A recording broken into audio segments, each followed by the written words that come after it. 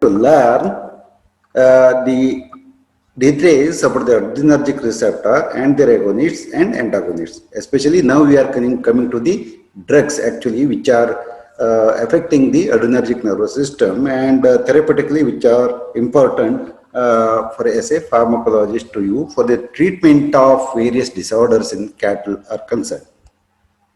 Not only cattle but also human beings and other animals, how we can depart our knowledge of the autonomic pharmacology to the practicals.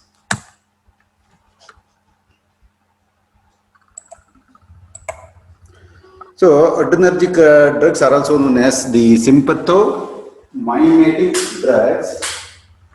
Sympathomimetic drugs because they are going to mime the sympathetic action, and it is classified as the drugs which are acting on the sympathetic nervous system are classified as direct sympathomimetics, indirect sympathomimetics, and mixed action sympathomimetics. So into three classifications we are going to do here, whereas the direct sympathomimetic means they act directly as agonists on, please, alpha and beta. Whenever there is A and B, please see that they are alpha and beta adrenoreceptors. Whereas the adrenaline, noradrenaline, and isoprenaline are isoproterenol and phenylephrine, methoxamine, xylometazoline, salbutamol, and many others are the examples for the direct acting sympathomimetic drugs. So please note down some of the important drugs. Adrenaline itself and noradrenaline, they are the specific agonists at the receptor level, and isoprenaline or isoproterenol, phenylephrine, methoxamine, and xylometazoline, salbutamol, and many other drugs are acting as the direct sympathomimetics, whereas the indirect sympathomimetics, so they act on adrenergic neuron to release norepinephrine, which then acts on the adrenoreceptors. So they release or deplete the adrenergic neurons, and the norepinephrine is released indirectly, directly by tyramine and amphetamine. Actually, amphetamine is a drug which is used for doping, and mixed action sympathomimetic they act directly as well as indirectly. Example is ephedrine, dopamine, and mephentermine. Ephedrine, dopamine, and mephentermine, they are the mixed action. They act directly and indirectly. Both places they are going to act. Direct acting means they are going to act on the postsynaptic receptors directly, and indirect acting, they are going to release the norepinephrine from the releasing site, and they are going to make it to bind with that of the receptors. And mixed action, they are going to do the both. Means they are directly acting on the receptor and also indirectly they are going to release the norepinephrine from nerve ending. The drug is ephedrine, is a bronchodilator, whereas the dopamine, a neurotransmitter, and mephentermine is another drug. So please remember all these drugs as a prototype of the each class so that you can remember it for the academic purpose. Then, what is the action of these drugs on the peripheral system? Example, the peripheral actions of the adrenaline in most tissues have been very clearly differentiated into those medicated by alpha or mediated by alpha or beta receptors, depending on predominant receptor present in the given tissue. So what happens is, in a particular given tissue, there should be either excitatory or inhibitory type of the action, and all these actions are mediated by alpha or beta receptors. Alpha receptors are classified as alpha 1, alpha 2, alpha 3, etc.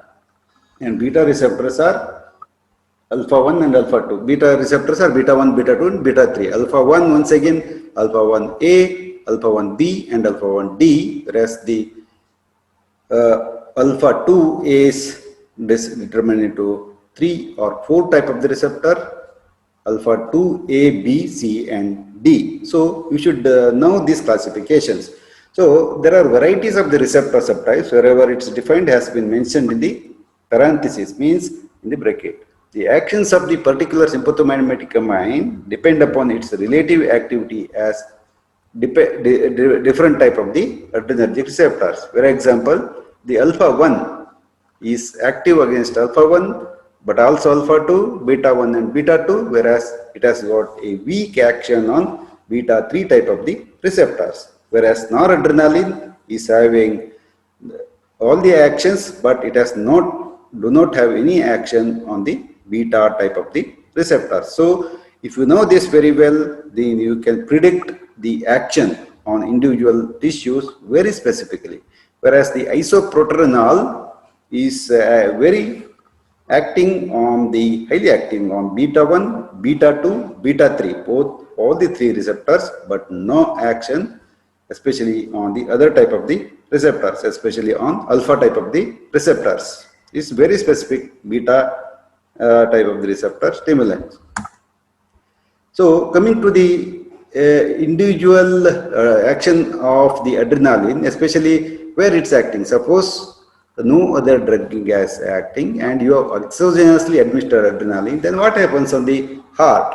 So here the adrenaline increases the heart rate by increasing the slope of slow diastolic depolarization of the cells in sinoatrial node or SA node. So then it activates the latent pacemakers of AV node and Purkinje fibers.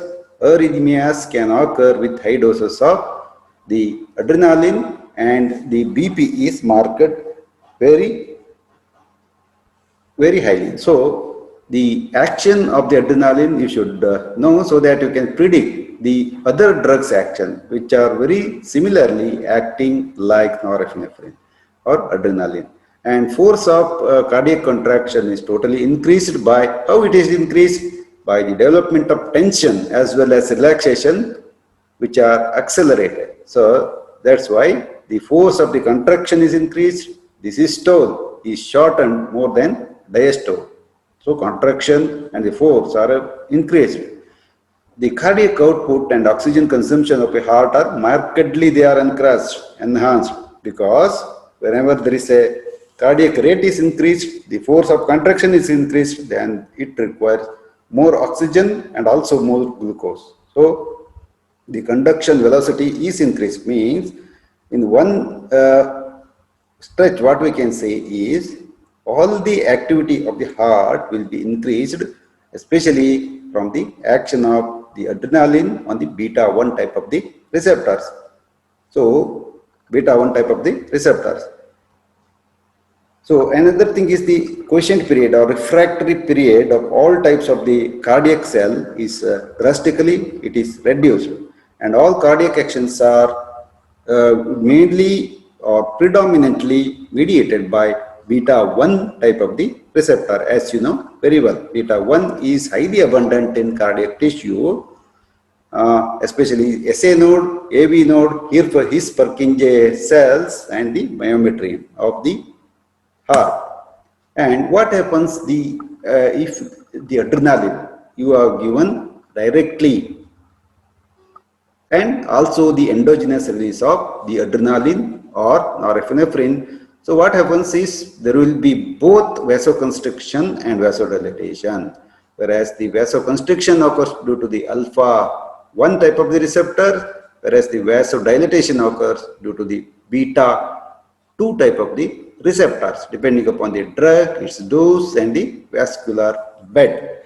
And the constriction predominates in cutaneous. Once again, in every vessels a little bit it's once again complicated because in sometimes the constriction is dominated, whereas in some places the vasodilatation is dominant, and constriction predominates in cutaneous and mucous membranes and renal beds. So whenever you have administered the drug adrenaline directly to the animal, maybe any route, IV or any other route, constriction usually predominates in the cutaneous blood vessels and especially the mucous membranes of the eye, wherever you can see the visible mucous membranes and renal bloods. Everywhere it is going to constrict the blood vessel, means the blood supply to the said organ is decreased. And vasoconstrictions occur through both alpha 1 and alpha 2 type of the receptors. So alpha 1 is postsynaptic and alpha 2 is presynaptic, which as presynaptic it's inhibitory in nature, postsynaptic it's excitatory in nature.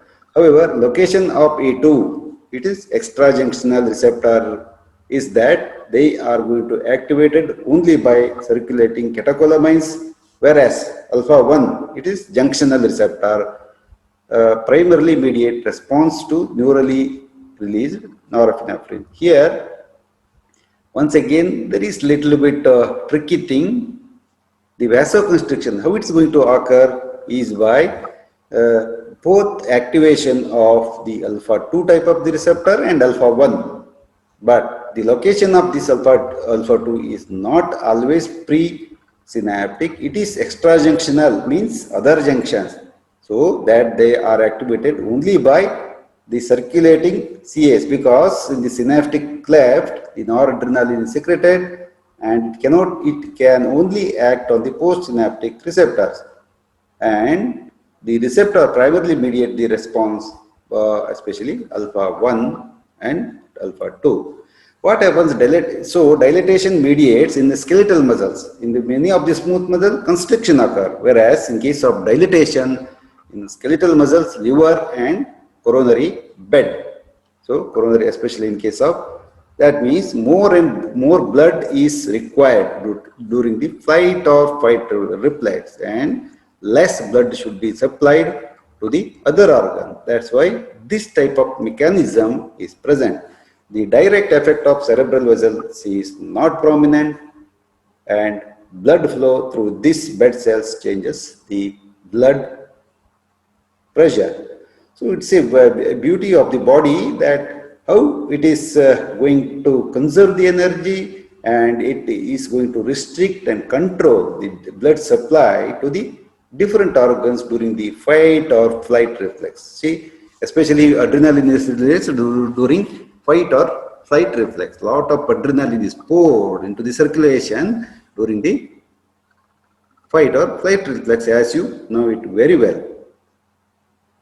And the action is more marked in arterioles, small arteries, and capillaries, and pulmonary sphincters, larger arteries and veins are affected at the higher dose only, means not the endogenous dose.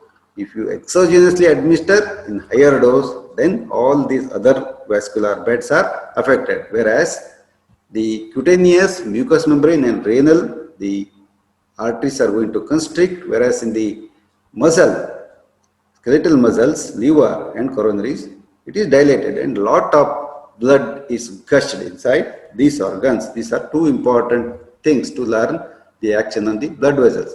Now then, what happens to the blood pressure whenever the adrenaline is injected to the animal exogenously, or lot of adrenaline is released during the fight or flight reflex? So the effect, it depends upon the amine, its dose, its rate of administration. Especially noradrenaline causes the rise of systolic and diastolic pressure, means BP, diastolic, systolic, both diastolic. That's 60 and that's the 80 and 120 is there, both are increased. 80 is diastolic, 120 is systolic, both are increased.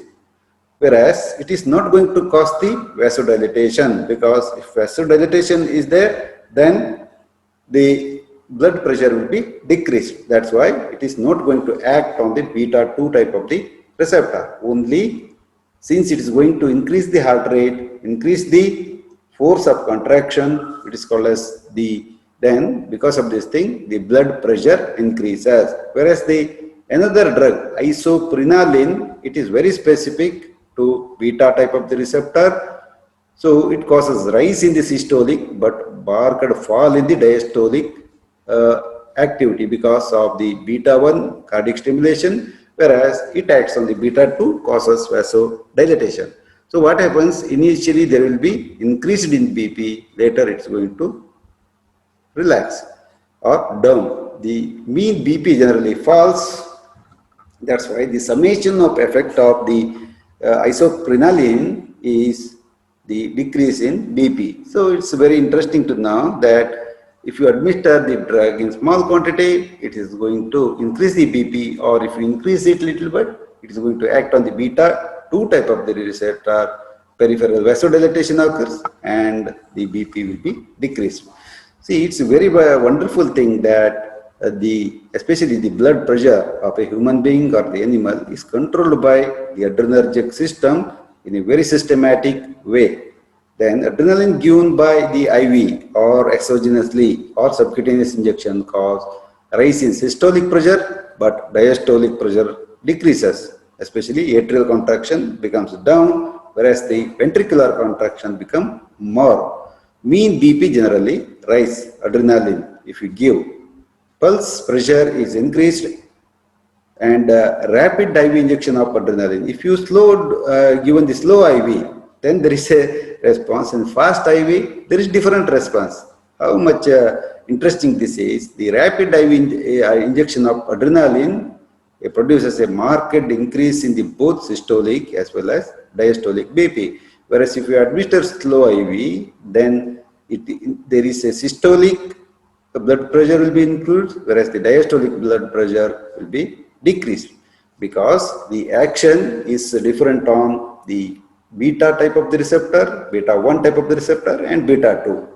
And this mechanism is a rapid uptake of the dissipation of adrenaline concentration around the receptor is reduced, and low concentrations are not able to do the action on the receptors but continue on beta receptor. So what happens is, initially they are going to, the affinity of the beta 1 receptor will be more, and they are going to, most of the noradrenaline is going to occupy the receptor, and later then the other beta 2 type of the receptors are going to act, and ultimately it's causing peripheral vasodilatation and the blood pressure becomes down.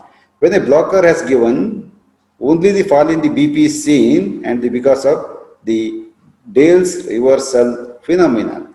So what's a Dale's reversal phenomenon? You are going to inject the noradrenaline or its agonist, then there is increase in the blood pressure, and if you inject the beta adrenergic blocker, then it is going to decrease the blood pressure. This is known as the vasomotor reversal of Sir Henry Dale, or Dale's reversible phenomena. And this Dale's reversal phenomena is a very frequently asked question, and please remember this thing. Especially the Dale's reversal phenomena is very much related to heart. When the adrenaline is given or a agonist is given, there is increase in the blood pressure. Whereas antagonist is there, then it is going to nullify the action of the agonist, and the blood pressure is going to decrease, means it is reversed. That's why it is known as Dale's reversal phenomena.